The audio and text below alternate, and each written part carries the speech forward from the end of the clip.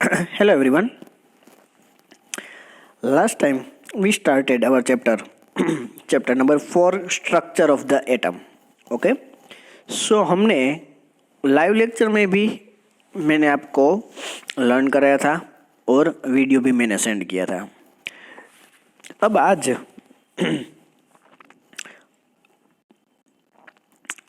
आपको अगर याद होगा तो जहां हमने स्टॉप किया था वो था थॉमसन का model of atom. So Thomson ने जो जो कहा वो हमने लर्न किया था. Now today we learn our new topic Rutherford model. हमें पता होना चाहिए कि जो दूसरा साइंटिस्ट है रुदरफोर्ड है, ठीक है, तो उन्हें कौन सा प्रैक्टिकल किया और वहाँ से क्या ऑब्जर्वेशन निकाला. तो चलिए हम देखते हैं रुदरफोर्ड के बारे में. ठीक है, का इंटरेस्टिंग टॉपिक है और आईएमपी टॉपिक है. सो प्लीज़ यहाँ पे कंसंट्रेट कीजिए और अच्छे से देखते जाइए कि जो रुदरफोर्ड का मॉडल है वो क्या है. Ernest Rutherford was interested in knowing how the electrons are arranged within an atom. तो रुदरफोर्ड है उसको इंटरेस्ट था कि ये जो इलेक्ट्रॉन है एटम में तो उसकी अरेंजमेंट है वो कैसे होगी. तो वो देखने के लिए उन्होंने एक प्रैक्टिकल किया. प्रैक्टिकल में क्या किया कि एक्सपेरिमेंट में फास्ट मूविंग अल्फा पार्टिकल्स का यूज़ किया. अब आप कहेंगे कि अल्फा पार्टिकल्स वो क्या होते हैं. तो मैंने आपको लास्ट टाइम भी कहा था कि जैसे हम हॉस्पिटल में जाते हैं तो हम कहीं ऐसा कोई डिसीज़ होता है या कोई बॉडी में कोई प्रॉब्लम होती है तो हमें एक्सरे निकलना होता है. तो वो कौन सा रे होता है, एक्सरे होता है. ठीक है, ऐसे ही डिफरेंट अल्फा पार्टिकल्स भी होते हैं, बीटा पार्टिकल्स भी होते हैं, गामा पार्टिकल्स भी होते हैं. ठीक है, डिफरेंट तरीके के पार्टिकल्स होते हैं. और alpha particles were made to fall on a thin gold foil. देखिए अल्फा पार्टिकल्स को अटैक कराया किसके ऊपर, एक थिन गोल्ड फॉइल थी उसके ऊपर. ओके, वहाँ पे अटैक कराया. तो चलिए अब हम देखते हैं. He selected a gold foil because he wanted as thin a layer as possible. क्या हो रहा है कि उन्होंने क्या कहा कि एक गोल्ड फॉइल है उन्होंने सिलेक्ट कर लिया. अब उन्होंने ज़्यादा से ज़्यादा जो थीन लेयर था उस लेयर वाला गोल्ड फॉइल उन्होंने चुना. This gold foil was about 100,000 only 1000. Okay, 1000 atoms thick. अब मान लीजिए कि एक एटम है तो वो हमें दिख भी नहीं रहा है, वो इनविजिबल है. अब ऐसे 1000 एटम्स यानी बहुत थीन लेयर हो गया. ठीक है, सिर्फ उतनी थिकनेस वाला लेयर है जो गोल्ड फॉइल का, वो उन्होंने ले लिया. फिर क्या हुआ, alpha particles are doubly charged helium ions. Alpha particles में जो चार्ज है वो किसके एटम के थे, तो वो यहाँ पे जो एलिमेंट है वो बताया गया है हीलियम. ठीक है, हाइड्रोजन के बाद क्या आएगा, हीलियम आएगा. Okay, since they have a mass of 4u means समझ लीजिए कि हाइड्रोजन है उसका एटॉमिक नंबर क्या है, 1 है, एंड हीलियम से एटॉमिक नंबर 2. सो उसका एटॉमिक मास यानी इसका डबल क्या होगा, 4. सो इसलिए यहाँ पे 4u लिखा है. u मीन्स AMU का short form. AMU means atomic mass unit. Okay, atomic mass unified भी हम कह सकते हैं. The fast moving alpha particles have a considerable amount of energy. So थोड़ी जो एनर्जी है वो अल्फा पार्टिकल्स में थी. अब यहाँ पे वो एक्सपेक्ट कर रहे थे, वो श्योर नहीं थे, उन्होंने एक्सपेक्ट किया था कि अल्फा पार्टिकल से would be deflected by the sub atomic particles in the gold atoms. अब मान लीजिए कि गोल्ड की फॉइल है, अब जो अल्फा पार्टिकल्स जब उस पर अटैक करा रहे हैं तो उन्होंने ऐसा सोचा कि जो अल्फा पार्टिकल्स है वो डिफ्लेक्ट हो जाएंगे, ठीक है, किससे? जो सब एटॉमिक पार्टिकल्स गोल्ड एटम्स में है उससे। Since the alpha particles were much heavier than the protons, so उनके मुताबिक अल्फा पार्टिकल्स है वो प्रोटॉन से ज़्यादा हेवियर थे यानी ज़्यादा उसके मास है उसका ज़्यादा कंपैरिजन में ज़्यादा था। He did not expect to see large deflection, वो तो सिर्फ ऐसे ही एक्सपेक्टेशन रखे हुए थे। अब यहाँ पे हम देखते हैं कि देखिए आपको इस फिगर में गोल्ड एटम्स है वो दिख रहा है, ये सभी है वो गोल्ड एटम्स है, और जो अल्फा पार्टिकल्स है सभी जगह अल्फा पार्टिकल्स है वो जा रहे हैं, यहाँ पे अटैक करा रहे हैं, उस यहाँ से उस तरफ पास करा रहे हैं। तो क्या हो रहा है चलिए देखते हैं। But the alpha particle scattering experiment gave totally unexpected result. So जब ये प्रैक्टिकल किया तब जो रिजल्ट मिला वो अनएक्सपेक्टेड था। तो क्या ऐसा क्या मिला चलिए देखते हैं। First, most of the fast moving alpha particles passed straight through the gold foil. अब उनको क्या लगा कि जब उसने प्रैक्टिकल किया तब ये जो अल्फा पार्टिकल्स थे वो डायरेक्टली कॉपर फॉइल से पास होके डायरेक्टली सीधे ही पास हो स्ट्रेट पास हो रहे थे डायरेक्टली। अब उन्हें क्या लगा कि इनकी वजह से ये डिस्टर्ब हो गए, लेकिन ऐसा हुआ ही नहीं, वो तो पास होके दूसरी तरफ निकल गए। Some of the alpha particles were deflected by the foil by small angles. अब जो कोई यहाँ पे देखिए थोड़े जो अल्फा पार्टिकल्स थे वो डिफ्लेक्ट हो गए, और जो यहाँ पे आपको छोटे छोटे एंगल है वो दिख रहे हैं, ठीक है, वहाँ से डिफ्लेक्ट होके वो क्या हो गए, वापस आ गए, यानी रिफ्लेक्ट हो गए। Surprisingly 1 out of every 12,000 particles appear to be rebound. यानी मान लीजिए कि यहाँ पे ये जो पार्टिकल्स है इतने सारे हैं, ठीक है, उन्होंने जब रेशियो फाइंड आउट किया तब उन लोगों ने ये फाइंड आउट किया कि टोटल 12,000 पार्टिकल्स है। कितने? 12,000।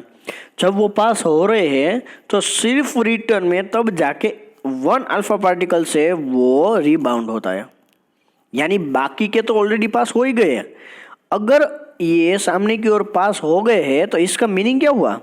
इसका मीनिंग हुआ कि वो बीच में से आगे चले जा रहे हैं, उन्हें बीच कुछ डिफ्लेक्शन वाला कुछ मिला ही नहीं, डिफ्लेक्शन कुछ हुआ ही नहीं, ठीक है। सो ये 3 इंटरेस्टिंग थिंग्स थे जो हमें याद रखने थे। In the words of Rutherford, this result was almost as incredible as if you fire a 15-inch shell at a piece of tissue paper and it comes back and hits you। अब ये इतना surprisingly कि मान लीजिए कि कोई एक उसको क्या कहते हैं, एक फायर, ठीक है, हम मूवी में भी देखते हैं उसको तोप गोला ऐसा भी कहते हैं। तो कोई फायर बॉल है और मान लीजिए कि कोई एक बहुत पतला सा कोई एक पेपर है और उस पे हम जो फायर बॉल है वो थ्रो कर रहे हैं और वह सामने हमें ही हर्ट कर रहा है। क्या ऐसा हो सकता है? ये एग्जाम्पल है, लेकिन ऐसा इस प्रैक्टिकल में रुदरफोर्ड ने ऑब्जर्वेशन किया। बहुत ही इंटरेस्टिंग था। सो हम आगे बढ़ते हैं। अब मान लीजिए यहाँ पे कुछ हमें एग्जाम्पल है वो बताए गए हैं। अब एग्जाम्पल सिर्फ लर्न करने के लिए है, ठीक है। सो यहाँ पे एग्जाम्पल में क्या है कि मान लीजिए कि कोई एक छोटा सा बॉय है, कोई भी चाइल्ड है, ठीक है।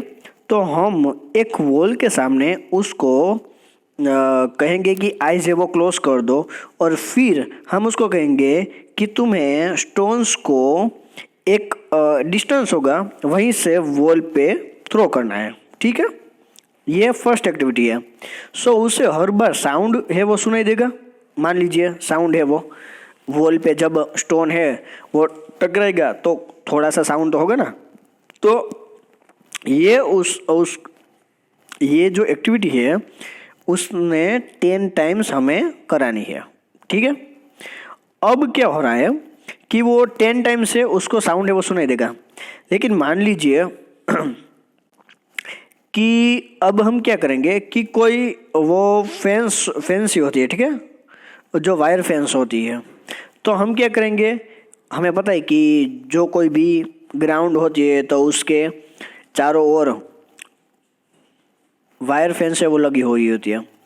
तो अब हम कहेंगे कि हमें उसको थ्रो करना है स्टोन्स पे।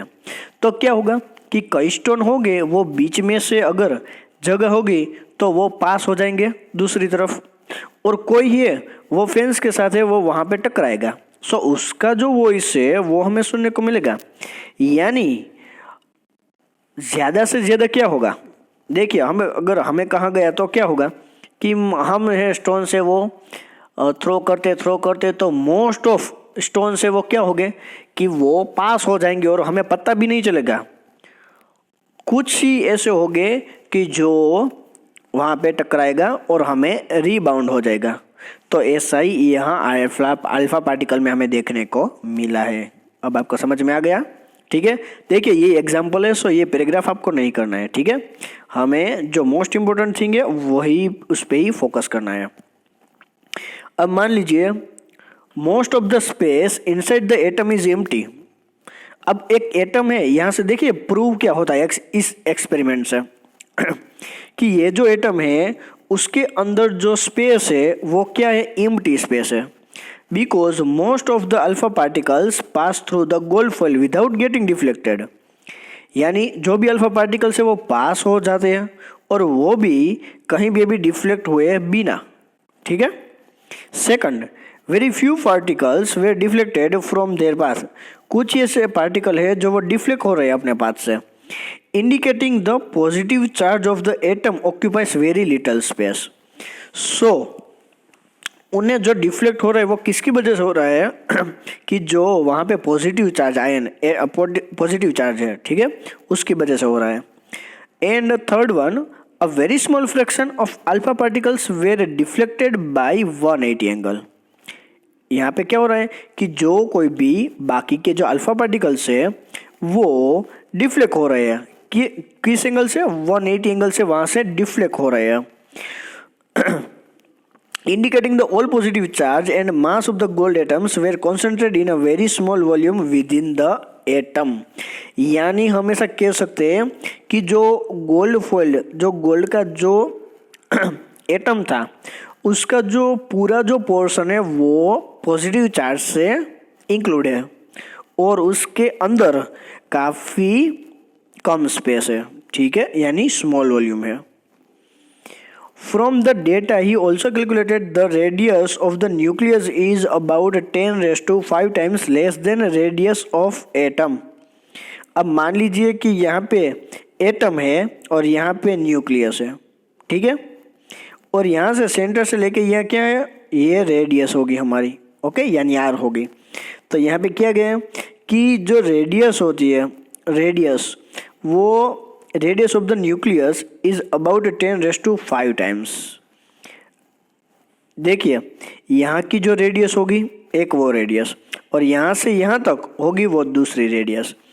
तो कौन सी ज़्यादा है वो होगी, तो यहाँ पे the radius of the nucleus is about 10⁵ time less than the radius of the atom. यानी ये जो रेडियस है ना पूरे की पूरी एटम की, तो वो 10⁵ टाइम से वो ज़्यादा है। किससे, तो कि ये जो न्यूक्लियस की रेडियस है उससे ये रेडियस है वो ज़्यादा है, ठीक है, समझ में आया आपको। On the basis of his experiment Rutherford put forward the nuclear model an atom this at the following features, ठीक है। तो उसमें क्या क्या है, तो सबसे पहले कहेंगे कि जो पॉजिटिव चार्ज जो सेंटर में है उसको हम बोलेंगे न्यूक्लियस, वो हमें पता है। Nearly all the mass of an atom reside in the nucleus. अब जो पूरा एटम का जो मास होता है वो न्यूक्लियस पे डिपेंड होता है, ठीक है, proton plus neutron. The electron revolve around the nucleus in the circular path. वो तो हमें पता है कि यहाँ पे प्रोटॉन है और क्या है, न्यूट्रॉन है, तो उसके जो अराउंड जो ऑर्बिट होती है वहाँ पे क्या मूव्स हो रहे हैं, इलेक्ट्रॉन है वो मूव्स हो रहे हैं। The size of the nucleus is very small as compare to the size of the atom. So atom की जो साइज है वो उसके अगर कंपेयर करें हम न्यूक्लियस से, तो न्यूक्लियस है वो बहुत ही छोटा है, ठीक है। लेकिन यहाँ पे रुदरफोर्ड का ये एक्सपेरिमेंट पूरा हो गया, लेकिन कुछ ड्रॉबैक्स थे रुदरफोर्ड मॉडल के कि क्यों ये ड्रॉबैक्स हुआ, ठीक है।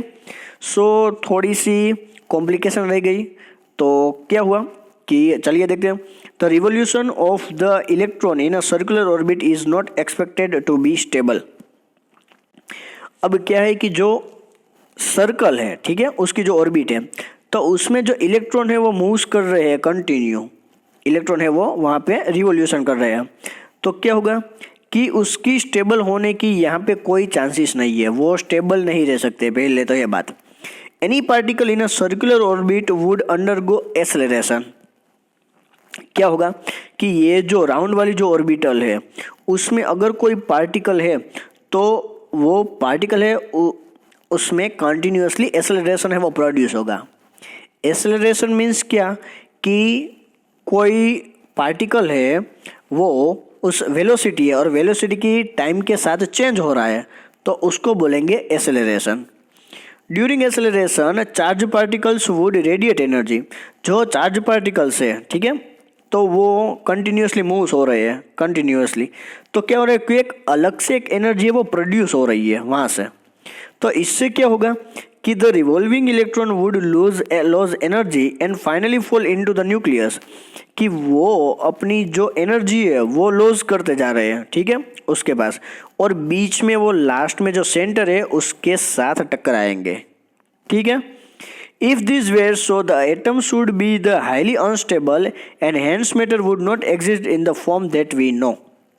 सो क्या हुआ कि अगर ऐसा हो रहा होता तो क्या होता कि जो एटम होता वो अनस्टेबल होता और उसका जो कोई एक अलग से एग्जिस्टेंस होता तो वो भी नहीं होता, लेकिन उसका एग्जिस्टेंस है वो हमें पता है, इसलिए जो एटम्स है वो क्या है, स्टेबल है। Atoms are quite stable. So ये जो एटम्स की बात है, जो इलेक्ट्रॉन्स की बात है, वो रुदरफोर्ड का जो मॉडल है वो पूरी तरह से एक्सप्लेन नहीं कर पाया। सो इसलिए वहाँ पे ड्रॉबैक्स हमें मिलते रहे, ठीक है। अब हम यहाँ तक रखेंगे, नेक्स्ट टाइम हम बोहर मॉडल से हम स्टार्ट करेंगे फिर, ठीक है, फिर न्यूट्रॉन्स देखेंगे, फिर आगे हम बढ़ते जाएंगे। Okay, so it's a very interesting chapter है, आपको अच्छे से करना है। बाद में मैं आपको बाकी का जो है नेक्स्ट टाइम वो मैं आपको लर्न करा दूंगा, ठीक है। Thank you.